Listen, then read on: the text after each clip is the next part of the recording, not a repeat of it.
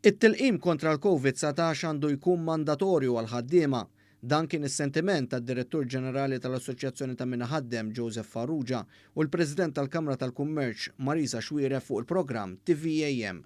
Fuq il-programm Farrugia nnota kif bil-miżuri mħabbra kontra l-pandemija li se jitlu fis-seħħ dan ix-xahar wieħed ma jistax iżur ċertu stabbilimenti mingħajr ċertifikat tal-vaċin għalhekk tagħmel sens li wieħed irid ikun imlaqqam sabiex imur fuq il-post tax-xogħol. Farrugia tenna li dan il-pass huwa meħtieġ għas-sigurtà tal-ħaddiema kollha fuq il-post tax-xogħol. Responsabbli għall-kumpanija u responsabbli għall-ħaddiema kollha li jaħdmu fil-kumpanija jista' jgħid isma' jekk inti m'intix vaċċinat, inti għandek dritt ma tkunx vaċċinat imma ma tistax tattendi l-post tax-xogħol.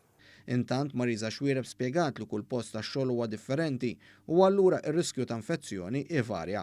Minkejja dan hija qalet li min ħaddem xorta waħda għandu jkollu d-deċiżjoni li jirrifjuta ħaddiema li ma jridux jitlaqmu. Jien naħseb il-discretion finalment tkun fidej l-employer. Ġifieri kulħadd jaf l-ambjent tiegħu, kulħadd jaf anki x'riski jista' jieħu. Fuq il-programm ġie diskussu wkoll il-wage supplement fejn intqal kif dan salva eluf ta' impjiegi u żewġ kelliema stqarrew kif l-għajnuna tal-Gvern fil-ħlas tal-pagi għandha tibqa' tingħata f'ċertu setturi milquta iktar minn oħrajn.